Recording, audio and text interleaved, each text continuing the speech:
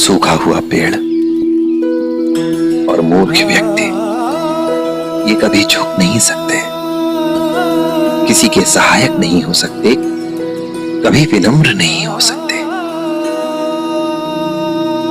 और आप तो ज्ञानी है ना, फिर आप ये कैसे भूल सकते हैं कि हर धर्म के मूल में आपसी भाईचारा, शांति और सद्भावना ही तो है। हम सब उस एक ईश्वर की ही तो संतान हैं। तो फिर धर्म के नाम पर हम लोगों के साथ गलत व्यवहार कैसे कर सकते हैं? जैसे भगवान ने हमें बनाया है, वैसे ही दूसरों को भी तो बनाया है। तो भगवान के दूसरे बच्चों के साथ हम दुर्व्यवहार कैसे कर सकते हैं? अपने जैसे दूसरे इंसानों के साथ अभद्रता करके हम उस ईश्वर को प्रसन्न कभी नहीं कर सकते। उस मालिक ने हमें इस पृथ्वी का सबसे समझदार प्राणी बनाया है और इसके लिए हमें उस मालिक का आभारी होना चाहिए। इस जीवन का उद्देश्य सिर्फ सेवा और भक्ति है और कुछ नहीं। दूसरे के दुख, उसके दर्द को समझना, उसकी मदद करना, उसे क्षमा कर देना, यही सच्चा ज्ञान है। अगर तुम दूसरे को नीचा दिखाकर कोई धार्मिक अनुष्ठान करते हो तो ईश्वर को प्रसन्न कभी नहीं कर सकते। किसी का हक मारकर अगर हजारों लाखों भी दान कर दो तो भी पुण्य अर्जित नहीं किया जा सकता। किसी का दिल दुखाकर उस मालिक को हम कभी खुश नहीं कर सकते। आप पूजा अनुष्ठान कराते हैं तो दक्षिणा लेते हैं, क्योंकि यह आपकी आजीविका का साधन है। तो फिर आप ये अपेक्षा कैसे कर सकते हैं कि कोई अपनी आजीविका का साधन आपको मुफ्त में दे दे? अब आप ही बताइए, घोड़ा घास से दोस्ती करेगा तो खाएगा क्या? जरा सोचिए। अगर लोग आपसे ये उम्मीद करने लगे कि आप पूजा मुफ्त में करा दें तो फिर आपकी आजीविका कैसे चलेगी?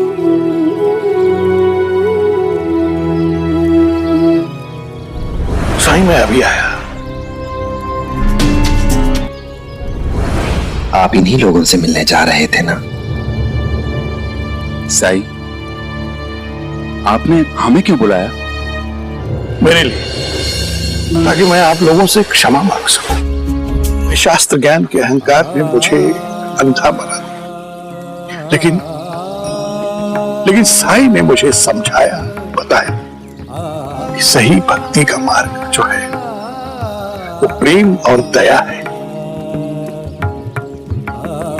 मैंने आप लोगों के साथ बड़ा दुर्व्यवहार किया है, और यहां तक कि बच्चों के साथ भी, और बच्चे तो भगवान का रूप होते। इसका अर्थ यह है कि मैंने भगवान का भी अपमान किया।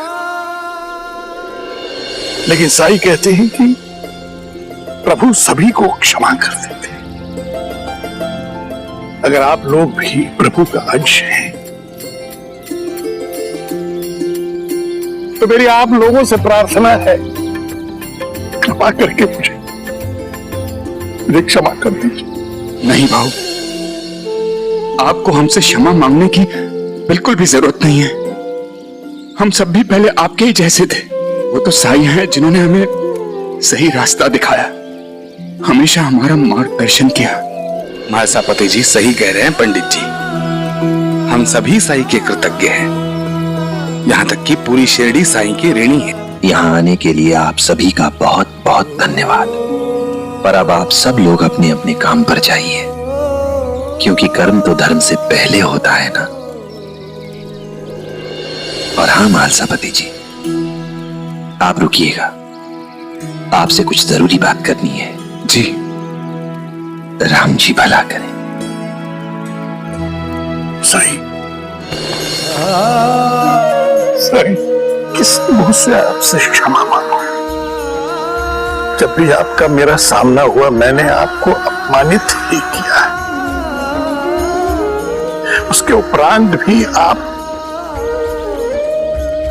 मेरे प्रति अच्छा ही सोचते हैं। आप धन्य हैं साईं। साईं आप धन्य हैं। मुझे क्षमा कर दीजिए। परिस्थितियां इंसान को बदल देती हैं, विवश कर देती हैं। और आपने जो कुछ भी किया वो केवल इसलिए किया क्योंकि आप उसी दिशा में आगे बढ़ रहे थे जो आपको दिखाई गई थी। आप असंतुष्ट थे, बेचैन थे, ईश्वर की शरण में जाकर भी व्याकुल थे आप। और मैंने तो आपके अंदर बस केवल उथल पुथल देखी है, दर्द देखा, हताश देखा आपको। इसलिए मैं तो आपसे कभी नाराज था ही नहीं।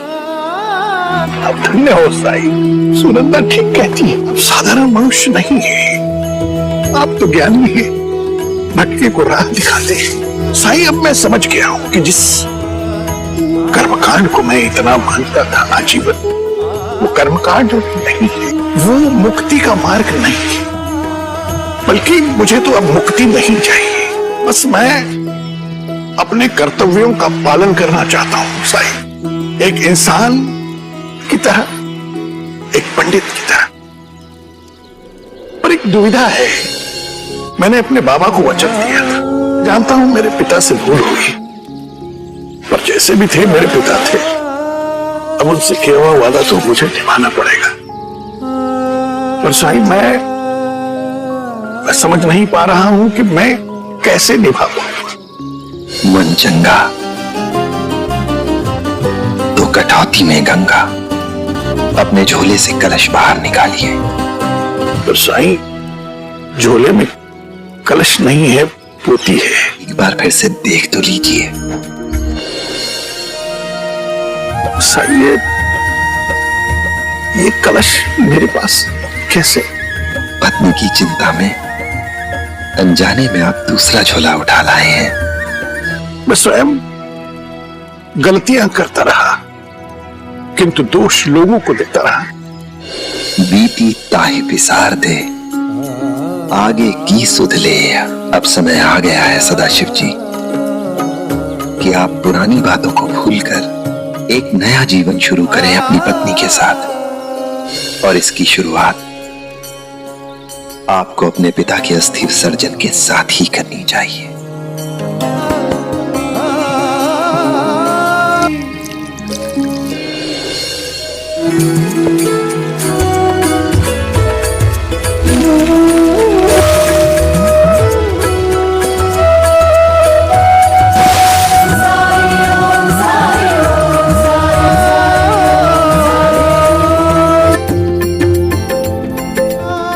सुनना, मैं काशी में था, बाबा की अस्थियां विसर्जित की मैंने।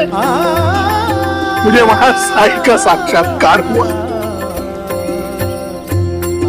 साईं, साईं आप हर जगह हैं, हर तरफ है। साईं मुझे आपकी महानता का आभास हुआ है। मैंने आज अपनी आंखों से आपकी महिमा देख ली। कौन कहता है भगवान भक्तों की नहीं सुनते? वो सिर्फ सुनते ही नहीं बल्कि उनकी मदद करने आ जाते हैं किसी न किसी रूप में। हम उन्हें देख कर भी देख नहीं पाते। राम जी भला करें। ईश्वर को कर्मकांड में क्यों खोजते हो? खुद को उस मालिक की बनाई दुनिया की, उसके बंदों की सेवा में लगा दो तो ईश्वर खुद ब खुद मिल जाएगा।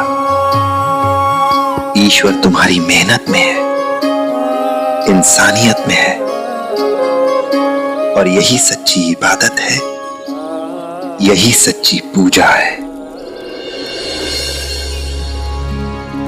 सबका मालिक